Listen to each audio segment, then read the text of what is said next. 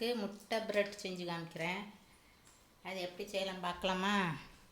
கொஞ்சோண்டு வெங்காயம் போட்டுக்கிடுங்க, கொஞ்சோண்டு தக்காளி போட்டுக்கிடுங்க, கொஞ்சோண்டு கருவேப்பிலை போட்டுக்கிடுங்க, கொஞ்சோண்டு பச்சை மிளகா போட்டுக்கலாம், கொஞ்சோண்டு உப்பு போட்டுக்கிடுங்க, சாட் மசாலா போட்டுக்கிடுங்க, 2 முட்டை உடச்சி ஊற்றிக்கலாம்.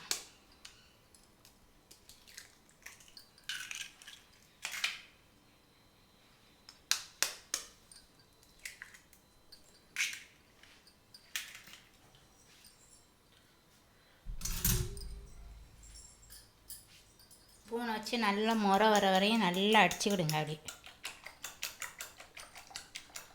நல்லா அடிக்கணும். கேரட் போடனா கூட இதில் போட்டுக்கலாம், நல்லா தான் இருக்கும். நான் இப்போ போடலை. கொஞ்சோண்டு நெய் போட்டுக்கிடுங்க. வெண்ணெய் இருந்தால் வெண்ணெய் போட்டுக்கலாம், நான் நெய் போட்டுக்கிடுறேன். இப்போ மறுபடியும் நல்லா அடித்து வச்சுருக்கிற முட்டையை எடுத்து அப்படியே ஊற்றிக்கிடுங்க. நல்லா எல்லா இடம் படுறாப்புல ஊற்றிக்கிடுங்க.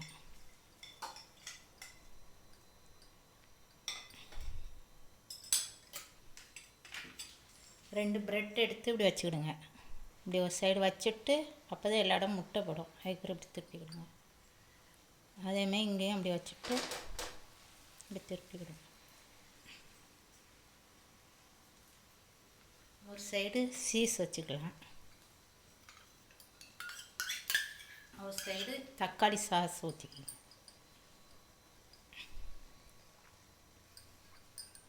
இப்போ இதை இப்படி ஒர்க்கம் அடித்து இப்படி வச்சுக்கிடுங்க.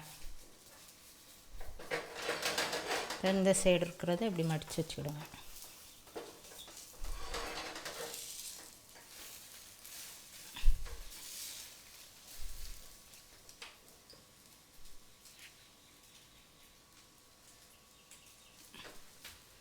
இப்போ 2 சைடும் எடுத்தாச்சு.